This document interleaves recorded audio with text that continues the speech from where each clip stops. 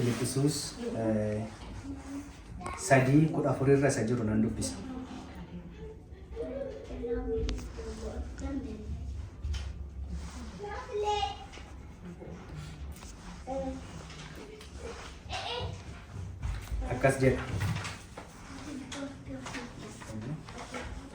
Akkas jedha lakkoofsa kudha afur irratti akeeka sana bira ga'ee gonfoo warra mo'anii argachuudhaaf nan kaadha. Gonfoon warra mo'anii kunis waamicha isa Waaqayyo karaa Kiristoos Iyyesuus itti ol waamedha. Irra deebiin dubbisa. Akeeka sana bira ga'ee gonfoo warra mo'anii argachuudhaaf nan kaadha. Gonfoon warra mo'anii kunis waamicha isa Waaqayyo karaa Kiristoos Iyyesuus itti ol waamedha. Galanni Waaqayyoof haa ta'u. Waaqayyo hamma nu gargaare ergaa kana irratti yookiin sagalee kana irratti sagalee Waaqayyoo walii wajjin ni ilaalla. Sagalee Waaqayyoo iddoo kanatti Phaawulos warra Filiphisiusitti lakkoofsa tokko kaastanii yoo dubbifattani isuman kanaan dura isinii caafee amma sirra deebi'ee isinii caafuun barbaada. Inni kun immoo anaan nan dhibuu jedha. Maaliif sabni Filiphisius keessa jiraatu yeroo sanatti aadaa warra Israa'el yookiin seenaa warra Israa'el irraa wanta fudhanne barsiifata warra Israa'el irraa fudhanne hordofuu qabna jedhanii wanta isaan yaadaniif isa kanatti dubbata. Maaliif Waaqayyo gaaf tokko Abrahaamiin maal jedhe? Ati anaaf si gidduutti har'a kakuu dhagna qabaatii walii galtee nu gidduutti dhaabbataa jedhe. Isaan immoo isa sana itti fufsiisuu barbaadu waan ta'eef boqonnaa 3 lakkoofsa 1 irratti maal jedha? Nuti dhagna qabaa isa biyya lafaatiitu nuti hin taane karaa Kiristoosin fudhachuudhaan yookiin argachuudhaan dhagna qabanneerra. Kanaafuu isa sana dhiisaatii amma yaada keessan Kiristoos duukaa deemsisaa jedha. Kanaaf iddoo kanatti Phaawulos lakkoofsa 14 irratti waa'ee ofii isaatii dubbata. Saba sanatti waa'ee ofii isaatii gaafa dubbatu ani akeeka sana bira ga'ee gonfoo sana fudhachuudhaaf yookiin immoo gonfoo warra mo'anii fudhachuudhaaf argachuudhaaf nan kaadha. Gonfoon warra mo'anii kunis waamicha isa Waaqayyoo karaa Kiristoos Yesuusitti ol waamedha. Saba sanatti gaafa dubbatu. Kanaaf tokko lama jennee xiqqoo ishee gabaabsinee walii wajjin ilaalla. Hamma yeroon keenya nuu fayyamne. Obboloota koo nuti waamicha itti waamamne qabna. Kiristoos kan nuti nu waame. Gaafuma Gooftaa duukaa bu'uu jalqabne murteessinee gaafa Kiristoos duukaa bu'uu jalqabne waamicha itti waamamne qabna. Kanaaf kiristiyaanonni lafa kanarra jiraataniif deddeebi'an eessa akka deeman beeku. Gaafa adeeman yookiin gaafa dorgommii hafuuraa keessa hamma jiranitti galmi isaanii eessa akka ta'e beeku. Eessatti akka galan beeku jechuudha. Kanaaf itti waamama keenya beekuun tokkoffaa maal nurraa barbaada jennee yoo yaadne wanta bu'aa nuuf qabu hundumaa akka waan bu'aa hin qabneetti lakkaa'uudhaan itti waamama keenya beekuu kan nu dandeenyu. Isa kana achuma Filiphisius 3:7 irratti arganna. Amma garuu Kiristoosiif jedhee wanta bu'aa naaf qaba ture hundumaa akka waan gatameetti nan lakkaa'adha. Lakkoofsa 7 irratti. Lakkoofsa 8 irratti dhugumayyuu Gooftaa koo Kiristoos Yesuusiin beekuun hundumarra waan anaaf caaluuf ani waan hundumaa akka waan gatameetti nan lakkaa'a. Kiristoosiin bu'aa koo godhachuudhaaf kun hundinuu anaaf waan gatame ta'eera. Akka kosiitti isa nan lakkaa'a. Kanaaf bakka kanatti ergamaan Phaawulos gaafa isaanii barreessu waa tokko itti hima waa'ee jireenya isaatii. Ani jedhaan qomoo koo yoo fudhattani ani qomoo mudaa hin qabneedha. Eessa keessaan dhufedha? Warra abbaan kootii fi haati koo warra Ibrootaati. Kanaaf immoo Yihuudii mudaa hin qabneedha ni jedha. Maaliif dubartiin Samaariyaa gaafa tokko Gooftaa Yesuusiin maal jette? Isin daariin keenyaaf daariin keessan kana walitti hin dabarru jetteen. Isin warra Yihuudiiti. Nuti Waaqayyo gaara kanarra jira jennee amannaa jetteen. Kanaaf warri Yihuudii kun nuti qulqulluudha mudaa hin qabnu jedhanii yaadu.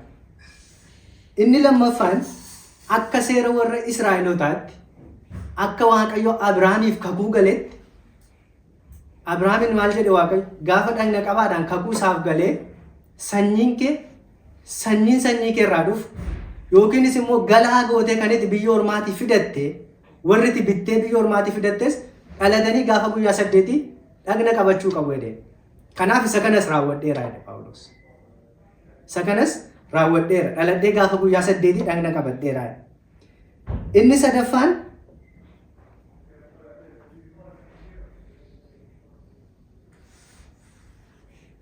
sanyii isaa gaafa dubbatu sanyii Biniyaam keessaa akka dhalate dubbata. Sanyii Biniyaam jechuun Waaqayyo gaafa Yaaqoobiif dhala kenne dhala Raahel irraa dhalatan warra lammaffaati. Biniyaam jechuun namoota yeroo jalqabaatiif Israa'el irratti mootii ta'an achi keessaa warra ba'anidha. Saa'ol Biniyaam keessaa ba'e. Ergamaan Phaawulos kunis kan inni dubbatu nuti qomoo xiqqoo taane Israa'elota keessaa warra dhufne taane garuu seenaa qabna Israa'elota keessatti. Warra histirii gahaa qabudha garuu isa kana mitiidha kan inni isaanitti lallabu. Isa kana osoo hin taane nuti itti waamama keenya amannee fudhannee gonfoo fuuldura keenya jiraatu ilaallee warra adeemuudha. Galanni Waaqayyoof haa ta'u. Kanaaf isa kanaaf jedheetu sanyiidhaan seera eeguudhaan gaafa waa'ee seeraa dubbatus nuti seeraaf yoo ta'e warra Fariisotaa jalatti baranne isaanii wajjinis waan guddanneef seera hundumaa beekna. Isaaniitu iyyuu waldaa kiristiyaanaa ari'ataa turre. Seera sana irratti hundoofne isa baranne irratti hundoofneetu waldaa kiristiyaanaatti murteessaa ari'achaa turre, namoota kana ari'achaa turre sanaani. Isa kanaanis miti. Kan nuti gonfoo keenya isatti waamamne bira ga'uu dandeenyu isa kana beekumsa kana seera kana isa Gamaa'eel jala teenye miilla isaa jala teenye baranne osoo hin taane Waaqayyoon beekuudhaani. Galanni Waaqayyoof haa ta'u. Kanaaf inni lammaffaan nan gaggabaabsa dhiifama.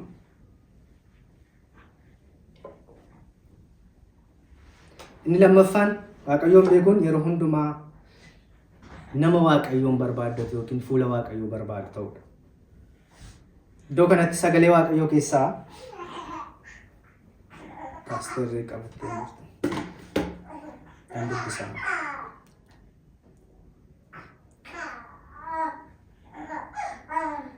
Macaafa Saamu'eel isa lammaffaa 7:1 namni baafatan naa dubbisa. Lammaffaa Saamu'eel.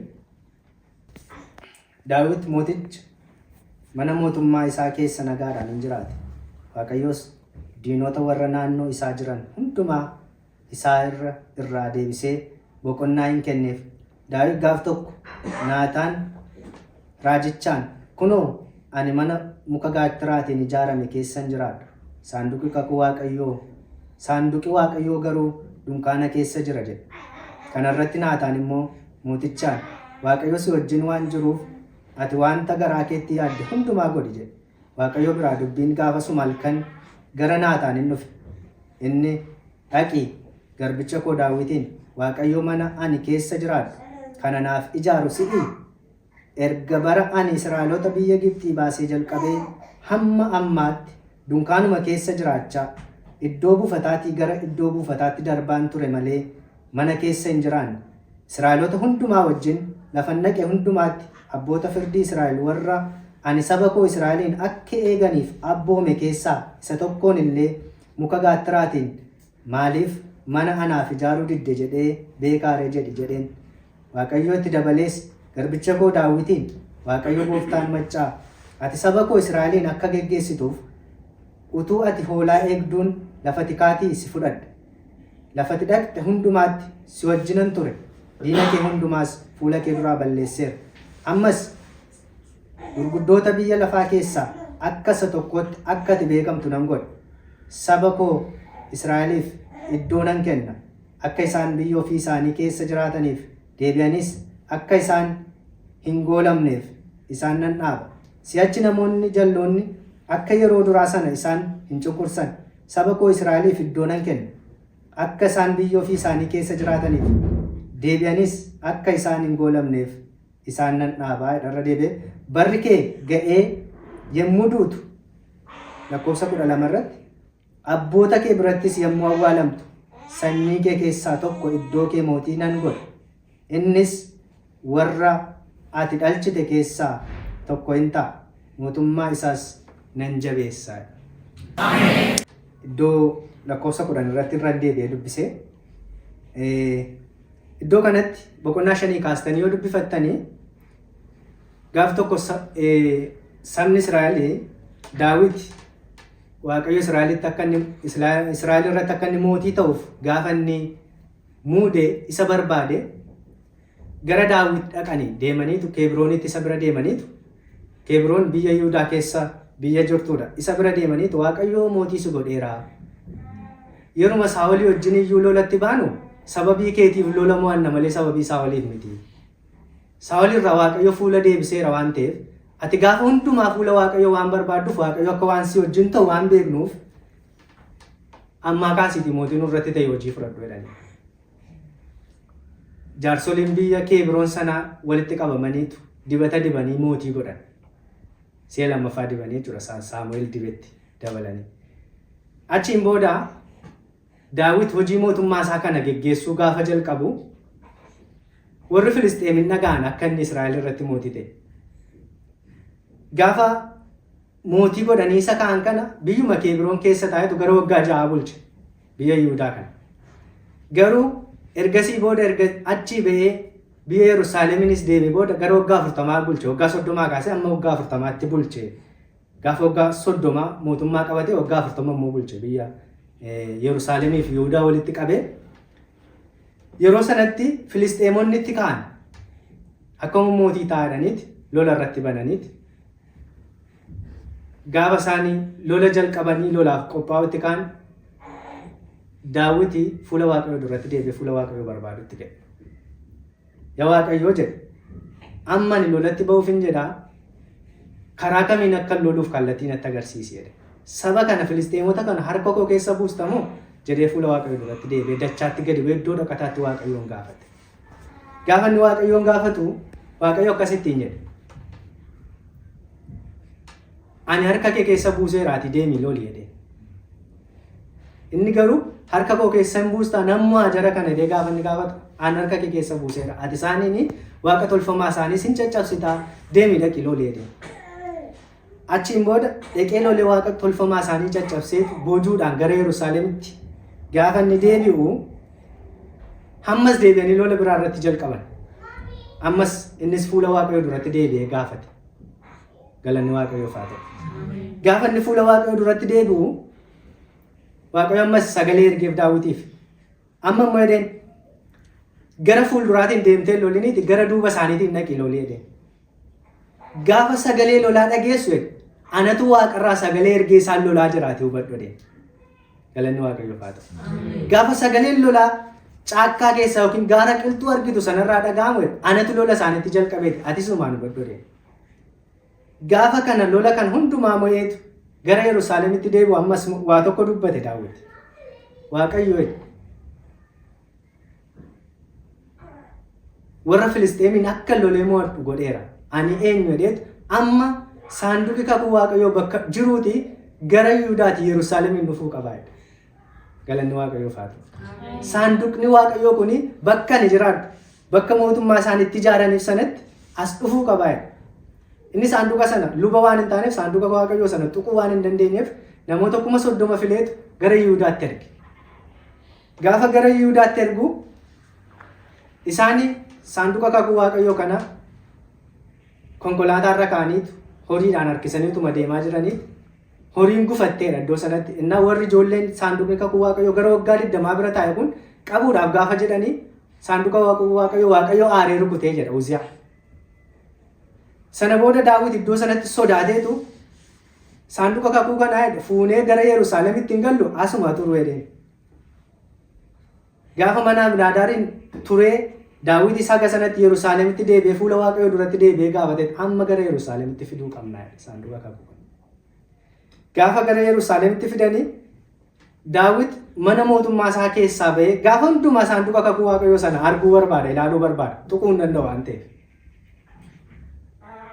Saanduqa kakuu Waaqayyoo kana gaafa ba'us gaafa seenus in ilaala.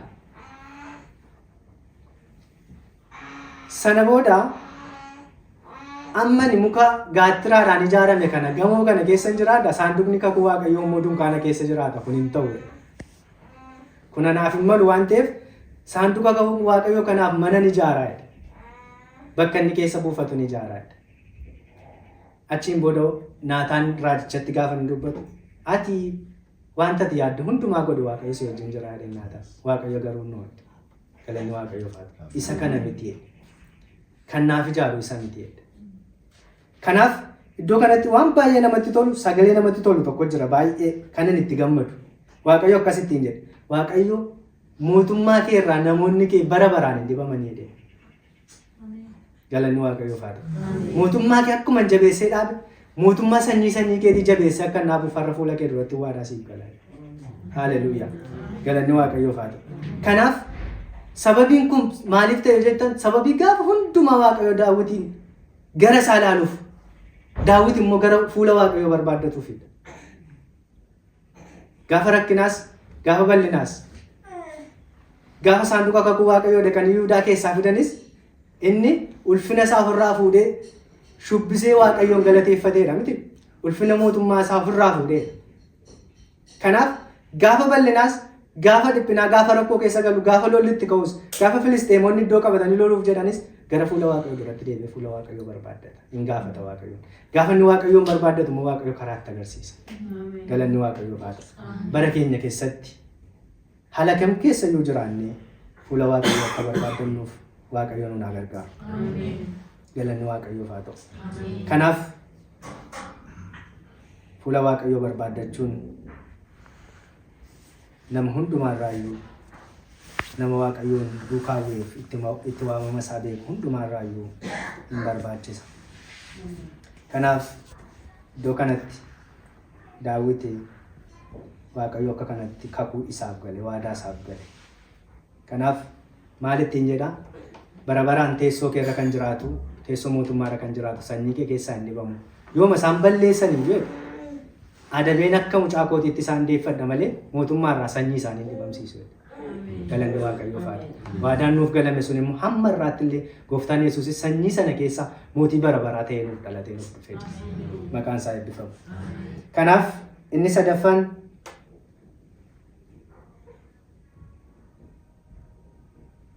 almost irratti dudubbadheera. Nama Waaqayyoo abdii inni isaaf kenne beeku ta'uu qabna. Akkuma Daawiti. Inni arfaffaanii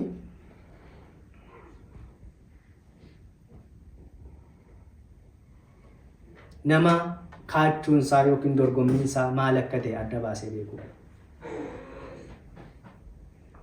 Fuula Waaqayyoo duratti ni adeemna. Biyya lafaa kana keessa hamma jiraannutti dorgommii irra jirra. Beekamaadha. Namni Waaqayyootti waamame, Kiristoositti waamame adeemsa isaa adda baafatee beeku, fiigicha isaas adda baafatee beeka yookiin dorgommii isaa adda baafatee beeka. Maaliif Phaawulos akkeedha.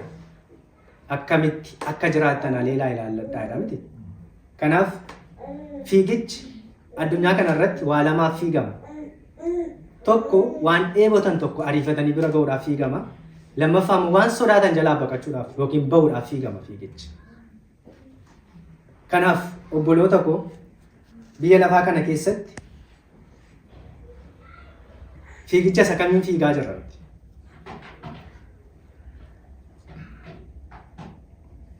Akeeka itti waamamneef, waan itti waamamneef adda baafnee beeknee fiigaa jirra moo? Adeemaa jirra moo? Waan isin dhibu Waaqayyoo uumama boqonnaa 12 irratti gaafa Abrahaamin waame iddoo sana yoo dubbifattan yaa Abrahaam sanyii kee qomoo kee keessaa bahi jedhee miti. Iddoo ani itti si argisiisu deemi jedhe. Iddoo sitti agarsiisu deemi. Sanyii kee qomoo kee keessaa bahi deemi jedhe. Garuu inni Looxiin ilma obboleessa isaatii fudhatee ba'e. Wasiiladha miti afaan Oromoo.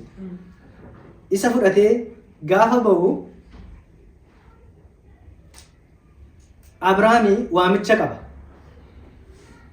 Waamichi isaa eenyuun akka ta'e Waaqayyo bahi ittiin jedhe. Looxiin garuu Waaqayyo bahi ittiin hin jedhe. Isuma Abrahaamin bahi jedhu dhaga'ee bahe Looxi Abrahaam duukaa. Gaafa bakka jedhamu sana ga'anis Abrahaami waamicha isaa waan beekuuf amma adda ba'uu nuuf fayyaati gara barbaadde filadhu jedheen. Waan isin inni kun Waaqayyo irraa dhaga'ee bahe waan ta'eef Looxiin akkasitti hin jedhu. Yooti bita fudhatte ani mirgan fudhadhaa jedheen. Yooti mirgaa fudhatte immoo ani bita fudhachuudhaaf reediidha. Sana booddee Looxi waaqarraa waan hin dhageenyeef gara magariisa qofa filatee jedha. Dachaa Yordaanos filateet asuman qabachuu barbaada jedhee. Garuu gaafa inni isarraa adda ba'ee waamicha isa waan beekuuf Waaqayyo ammas gara Abrahaamiin deebi'ee dhaqe. Sanyii kee hundumaa nan eebbisaa jedhee. Galanni Waaqayyoof haa ta'u. Kanaaf fiigicha keenya adda baasnee beekuun isa kanaaf nu fayyada. Dorgommee jalqabnee jiru. Karaa dogoggoraarra fiigna taanaan waamicha keenya adda baafannee hin beeknu jechuudha. Fuula Waaqayyoo duratti nuti jireenya har'a jiraannu keessatti jireenya Waaqayyootti nu waame hundumaa keessatti deddeebii keenya hundumaa keessatti akkamitti akka deddeebinu maalat inni nuti itti waamamnee fi inni nu keessatti mo'ee jiru yookiin immoo kaayyoon jireenya keenya waamicha keenya wajjin wal simata. Hafuurri Waaqayyoo gaafa hundumaa jireenya keenya deddeebi'ee kan inni nutti dubbatuuf tokko karaa keenya akka nuti ilaallannuuf fuula Waaqayyoo duratti akka nuti deebinee fuula Waaqayyoo barbaaddannuuf gaafa hundumaa Waaqayyoo kan inni nutti dubbatuuf nu qajeelchee nu sirreessee araara isaatiin gara jireenyaatti gara isa barbaachisutti akka nuti deemnu barbaada Waaqayyo. Galanni Waaqayyoof haa ta'u. Maaliif gaafa hundumaa nuti qulqullina keenyaan jiraannee miti. Garuu araarri Waaqayyoo guyyuma guyyaatti maalidha? Sagalee Waaqayyoo haaraadha. Haaraadha. Kanaaf inni nu keessatti mo'ee jiruuf kaayyoon jireenya keenyaa isa waamicha yookiin ayyaana keenya yookiin dibata Waaqayyoo nuuf kenne mul'ata nuti Waaqayyoo wajjin itti jiraannuuf deddeebinu nu gachisiisu yookiin nu irraanfachiisu moo isa ulfina waamicha isaa yookiin ayyaana isaa yookiin gonfoo isaa Phaawulos Filiphisius 3:14 irratti dubbatu kana nu argachiisudha laata. Kanaaf gaafa hundumaa jireenya keenya ilaaluu qabna. Adda baasnee adeemuu qabna fuula Waaqayyoo duratti. Waaqayyoon dhaggeeffachuu qabna. Waaqayyoon barbaaduu qabna. Kanaaf akkuma dura dubbadhe egaa Abrahaam sagalee dhaga'ee sagalee Waaqayyoo irraa dhaga'ee ba'ee Looxi immoo firooma laalee ba'e. Isuma Abrahaamin Waaqayyoo ba'i ittiin jedhu dhaga'eetuma ba'e. Kanaaf inni Looxi yaadee firooma isaarraa waa argachuudhaaf ba'e. Maybe yoo carraan tokko isa qaqqabe carraa laalee ba'e Abrahaam duukaa. Yoo carraan tokko isa ga'anis hirmaattuu nan ta'a laata jedhe. Garuu dhuma irratti gaafa inni filadhu ittiin jedhu gara Waaqayyoo ilaalee waan hin baaneef isuma lafarratti argu filate. Isuma tolee bareedee jiru filate. Kanaaf daariin kun hamma kanatti bal'atee magariisa waan ta'eef gara kanan filadhannaan Abrahaam gara biraatti soode. Gaafa sana Waaqayyo Abrahaam wajjin dubbii jalqabe. Galanni Waaqayyoof haa ta'u. Kanaaf waamicha keenya adda baasnee Kiristoos wajjin beeknee adeemuu qabna. Gaafa hundumaa fuula Waaqayyoo barbaaduu qabna. Obboloota ko biyya lafaa kana keessa hamma jiraannutti biyyi lafaa kun baay'ee ulfaataadha. Jenna miti gaafa hundumaa. Bara darbes biyyi lafaa ulfaataadha. Gaafa lallabu. Bara dhufus akkasuma hin adeemu. Settaanus akkasuma biyyi lafaa ulfaataa jabaachaa deema. Gooftaan Yesuus garuu biyya lafaa keessatti rakkina qabdu jedheera waan ta'eef jalqabu. Kanaaf gaafa halkan qabamuuf jedhus bartootaan kottaamee gaaratti ol baanee gaafa gaara ejersaatti ol bahee isin asuma turaa dhaqeen kadhadhee dhufa jedhee gaafa isaan rafanii dhufee isaan arge amma yoo raftanii jirtu bor rakkinetti akka hin galleef kadhadhaa jedhe. Kanaaf rakkina isa caalutti akka hin galleef Waaqayyoon barbaadachuu fuula Waaqayyoo barbaadachuu nurraa eegama. Waamicha keenya beeknee gaafa hundumaa fuula Waaqayyoon barbaaduun anaaf isinirraa eegama. Maaliif yoo jettan obboloota ko sagalee Waaqayyoo barri kun bara dhumaati. Macaafni qulqulluun hin jedha. Isa dhumaa keessaa yommuu isa xumurarra ga'edha. Waan hundumaa lafarratti argaa jirtu amma yeroo har'aa kana. Gooftaan Yesuus lolaaf oduu lolaan nageessu jedha. Fakkeenyaaf ammoo seenaa Yuukireenii fi Raashiyaa yoo fudhattanii Yuukireen eegdaa Raashiyaa dabaddabaa bultee bakka hin jirtu jedha miidiyaa. Raashiyaan immoo deebitee rukutuuf qophii irra jirti jedha. Kuni tootaaliin dhuma nutu hin taane lolaaf oduu lolaan nageessu jedha macaafni qulqulluu. Kanaaf gaafa sana kiristiyaanni jabaatee dhaabbatee fuula waaqayyoo barbaadachuudha.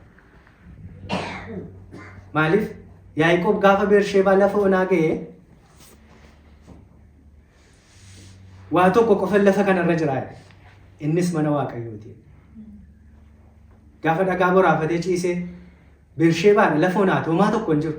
Garuu yaabbanni hundee isaa lafa ga'uuf samii ga'u ergamoonni immoo irra ba'anii ol deebi'an argee.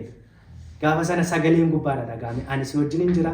Lafa kana dabarseen harka keetti kenna. Sin eebbis dhaloota si keessaa ba'an hundumaatiin immoo biyya kana nan eebbisa. Dhaloonni si keessaa ba'u akka biyyoo kanaa baay'ata. Garuu Yaaqoob gaafa sana lafa onaarra jira. Sana booddee homaa tokko as hin jiru lakka waaqayyo na argeera. Mana waaqayyoo kana lafa kana qofatu lafa kanarra jira. Kanaaf iddoo sana maqaatti waggaasee biraan deeme. Obboloota ko haala keessa jirru hundumaa keessatti bal'inas haa ta'u dhiphina rakkinas haa ta'u isa kamiinuu keessatti fuula waaqayyoo akka barbaaddannuuf waaqayyo nu gargaara. Har'a hin fiigna, hin hojjenna, hin duroomna, beekamtii argachuudhaaf hin dhamaana. Barannee nama guddaa ta'uudhaaf hin dhamaanna halkanii guyyaa. Zeenaaf tar maaltu taala? Eessatti adeemaa jirra? Sooromni waan hundumaa guuttanne hoo achiin booda maal gochuuf deema? Garatti adeemnu beekaa jirra laata? Waan isin dhibu? An sagalee waaqayyoo keessaa wanti guddaan ajaa'ibu waaqayyoo gaafa Israa'eliin ba'aa jedhee baasee asumarra baay'aadhaatti agarsiisaa hin deemu. Maaliif? Sagalee dhagaanii ba'aa waan ta'eef. Dogoggoranii lafa onaa keessatti haadhumanii lafti baqaqee isaan fixuu boofti iddeena isaan balleessu garuu sagalee dhagaanii ba'an. Inni sababii waaqayyoo irratti gungumaniif dhuman. Garuu waaqayyo isaanumarraa warra dhalatan warra waggaa 18 gadi bakka isaaniif abdachiisetti galcheera. Isaanirraa dhalatanii kakuu dhagaanii abboonni isaanii kakuu dhagaanii ba'aa waan ta'eef. Garuu lafa onaa taa'ee bishaan qabaatu duwwaa ta'u beela ta'u waaqayyo waan itti agarsiiseef ilma deemu gaafa hundumaa baay'een waan ta'eef. Haala kam keessatti iyyuu gaafa hundumaa waaqayyoon dhaggeeffachuun kiristaanarraa ni eegama. Bal'atus dhiphatus nutti tolus nutti toluu baatus gaafa hundumaa mijatus gaafa hundumaa mijachuu baatus gaafa hundumaa inni barbaanne nuu guutus nuu guutuu baatus haala kam keessatti iyyuu fuula waaqayyoo warri barbaaddatan yoomiyyuu qacceen isaanii hin badu. Kanaaf waamicha keenya beeknee gaafa hundumaa fiigicha yookiin dorgommee jalqabne fiixaan baafachuudhaaf isa nuuf kaa'ame gonfoo ulfinaa sana harkaan qabachuudhaaf fuula waaqayyoo duratti fuula waaqayyoo barbaaduun nama kamirraayyuu nama ani gooftaa fudhadheera kiristoositti amaneera duukaa bu'eera irraa hin eega. Kanaaf sagalee waaqayyoo ganama kana kan inni nutti dubbatu waamicha keenya beeknee gaafa hundumaa wanta bu'aa qaba jedhamee yaadamu hundumaa akka waan bu'aa hin qabneetti lakkoofne akka waan darbuutti akka waan sokkuutti lakkoofne gaafa hundumaa fuula waaqayyoo barbaaddachuudhaan dorgommee isa jalqabne isa kaachuu keenya ciniinnannee qabachuudhaan gaafa hundumaa Kiristoos duukaa adeemuun nurraa eegama. Anaaf isinirraa eegama. Kanaaf Phaawulos iddoo kanatti ani ammas wallaansoo hafuuraa kana jabeessee qabee kaachuu koo isa kana itti ciccee qabadheera jedheetu kan inni warra Filiphisiisitti dubbatuuf. Kanaaf fuula waaqayyoo duratti nutis adeemsa keenya kamiyyuu keessatti fuula waaqayyoo barbaaddachuun gara waaqayyoo ilaaluun waaqayyoon dhaggeeffachuun isa kana waaqayyoo keessa jira moo keessa hin jiru jechuun nurraa eegama. Galanni waaqayyoof haa ta'u. Waaqayyoo sagalee isaa nuuf eebbisu ni dhaabbannee